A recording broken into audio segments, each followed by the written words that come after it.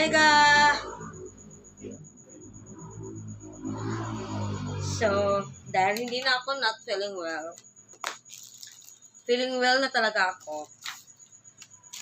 Well, okay na yung obo at sipon ko, guys. Malambot na. Kasi yung una, sobrang tigas yung obo ko. Tapos, talagang not feeling well talaga ako. Parang nilalagnat ako. So, uminom ako ng gamot. Ay, hindi naman as in, gamot. Uminom ako ng ng Solmox para sa ubo, or Flanax, at tsaka yung Deflam. Ayan. Para sa lalamunan natin. So, ngayon guys, mag-unboxing po ako sa binigay na pasalubong ni Attorney Sam galing sa US. So, binigyan kami dalawa. So, isa kasi kay tatay, ang isa sa akin. Dalawang binigay. Maganda din yung idea ni Attorney Sam. Dahil marami naman talaga siyang bibigyan mga umeka, hindi lang kami. So, gumawa siya ng ganito. So, titingnan natin. Dahil, naman. Titingnan natin yung mga laman. Hindi ko pa siya nakain kasi. Hindi pa naman kasi bawal pa sa akin yung mga sobrang tamis. Alam mo na natin, hindi pa magaling. So, wow, Milky Way. Milky Way isa. Dalawang Milky Way ang binigay na Attorney Sam. Yung blue flavor. No flavor. Cocoa din eh. At saka may isang Milky Way na color brown. Pan ang pangalan. And then Kit Kat. Then meron pa sa mga ganito.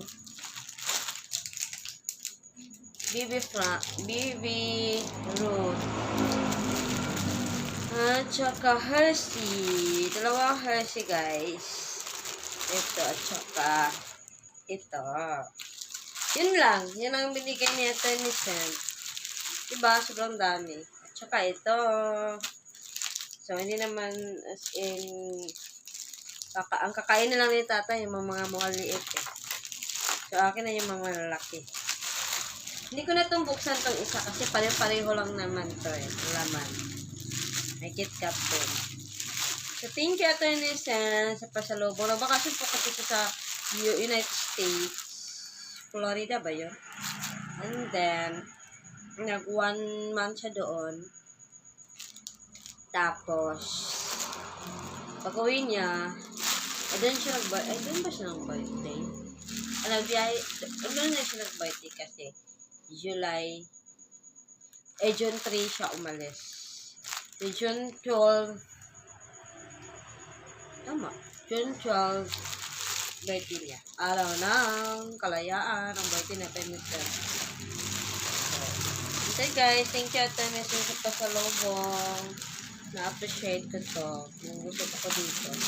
More motoring tayo dito sa sobrang panis.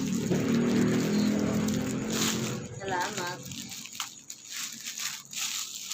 Marami pang bibigyan siya Attorney Sam ng ganito. Marami siyang mga staff. At mga samahan niya sa City Hall, sa legal office. So, yun guys. Thank you and salamat. Salamat sa pasalubong. So, nag-unboxing lang ako sa binigay niya para makita natin kung anong laman ng mga tsokolate. So, ilagay ulit natin sa ref, freezer, para hindi siya lalambot. So, bye! Yun lang ang vlog ko ngayon. Hala! Nabukulan ako guys. Doon sa gate nila. Nanap ko si Whitey. Yun. Yayay.